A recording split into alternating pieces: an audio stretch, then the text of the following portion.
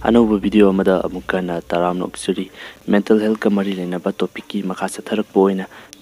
ngasi अखोई मियोइबगी mental health असिबु फना थमनबदा मतेंग पांगबा food item खरा मियेंग थाबिनसी यान आनबगी होल ग्रेन असिदी अखोई लमनम असिददी चाक थोंगगा चाबनिना मसिमदी यारनी हाइना खल्ली अनि सुबदा बेरीज मसिकी कांगलुपता चल्लीबा स्ट्रॉबेरीज ब्लूबेरीज ब्लैकबेरीज मसिना चिंगबा उहैसिंग असि अखोई ब्रेन की दमकता यामना कानै अखोई लमदम असिगी ओइना हैजामपेट जाम मसिना चिंगबा असिसु कांगलोप असिदा चिंगी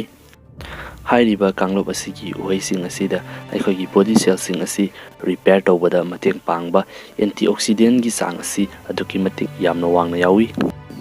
हाइरिबा एंटीऑक्सीडेंट सिंग असिनसु स्ट्रेस एंजाइटी डिप्रेशन मसिना चिंबा असि नाक्तोकपदसु अचौबा मतेंग पांगी हाइरिबा उहैसिंग असि चाबना अहन ओइसिलकपदगी मेमोरी मांगसिलकपा मसिबुसु नाक्तोकपा ngami हाइबगी साइंटिफिक एविडेंस फावबा लै अहुम सुबदा स्पिनाच हाइरिबा पानबी असिदा आयरन की सरुक यामना वांगना यावी आयरन वाटपा असिना डिप्रेशन गसु मरी लेना हल्ली हाइना डॉक्टर सिंगना फुंगदोकली मरम असिना मसी चाबदा अखोई मेंटल हेल्थ की ओइना कानै मखादाना हाइरिबा पानबी असिगुम्बा असंग मना मसिंग असि चाबना रिसर्चर्स सिंगना अखोई कॉग्निटिव हेल्थ हाइबदि अखोइने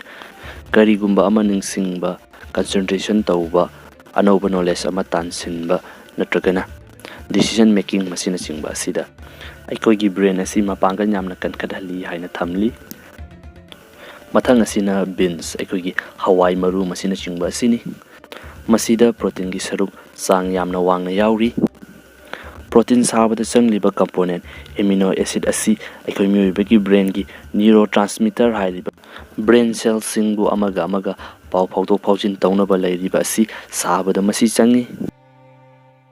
मथंग असिना डार्क चॉकलेट अमुबसिंग असि मसिदा फ्लेवोनॉइड्स गुम्बा ई की खोंजेन हेनगदहनबा ngamba एंटीऑक्सीडेंट सिंग असि याउरी मसिना मरम ओइदुना अखोई मियोइबगी ब्रेन ई की खोंजेल असि निंगथीजना यहोंदुना मेमोरी फगदहनबा अमसुंग वाखल नुंगाइहनबदा मतेंग पांगी निंगथीजना सेमलबा संगोम अफमबदा याउरिबा बैक्टीरिया असि अखोई मियोइबगी स्ट्रेस हंथानबदा अचौबा मतेंग पांगी अरोइबा ओइना फैटी फिश थाव की सरुक यामना यावबा ngaसिंग असिदा याउरिबा ओमेगा 3 एसिड हाइरिबा असि अखोई मियोइबगी ब्रेन की दमकता यामना कानाबा मचल अमनी